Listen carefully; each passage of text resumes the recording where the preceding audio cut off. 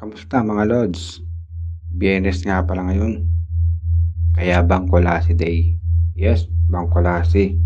Ito yung Biyernes, nagsisimba talaga kami dyan.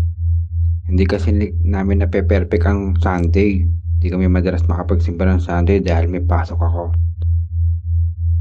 Kaya bumabawi kami ito yung Biyernes.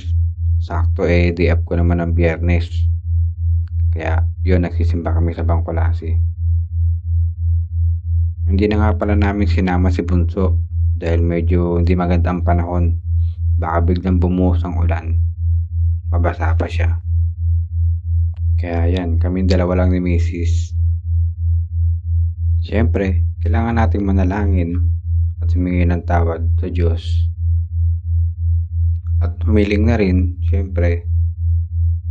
Ayan, nagkukwentuhan pa nga kami habang nasa biyahe. Para kami mga chismosa pag may nakita pag-uusapan. Hindi namin kasama si Bunso kaya medyo mabilis ang takbo namin. Kapag kasama kasi si Bunso, talagang marahan lang ang takbo namin. Mahirap na.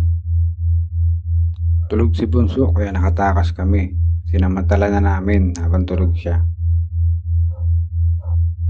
Ang ganda ng day off ko Biyernes. Kaya kahit di kami madalas makapagsimba ng linggo, sigurado pag Biyernes, makakapagbangkulasi kami talaga. Nagsimula kami magbangkulasi nung sa pangalawang anak namin. Nagsisisor kasi yun. Wala pang isang taon nagsisisor. Tapos nawawala ng malay. Hanggang sa naisipan namin siyang ipanalangin tuwing Biyernes. At nung nag-isang taon nawala na yung sakit niya na yun, awa ng Diyos.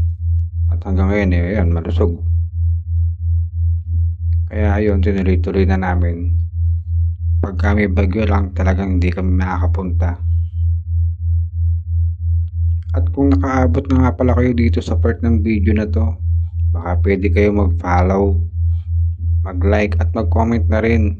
Sabihin nyo kung saang lugar kayo nakatira o kung saang lugar kayo naroroon para malaman namin kung saan nakaabot tong video na to. Tapos share na rin. Yun, maraming salamat po. Malaking tulong na sa amin yung bagay na yun. Malapit na nga kami sa Bangkolasi. Andito na. Medyo maraming tao. Traffic din.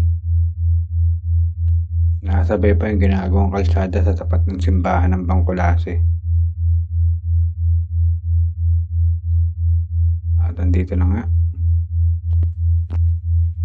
Ayan yung loob ng simbahan. Makikita nyo, maraming tao. Ayun lang, maraming salamat po sa inyo, sa mga suporta nyo. See you to my next video.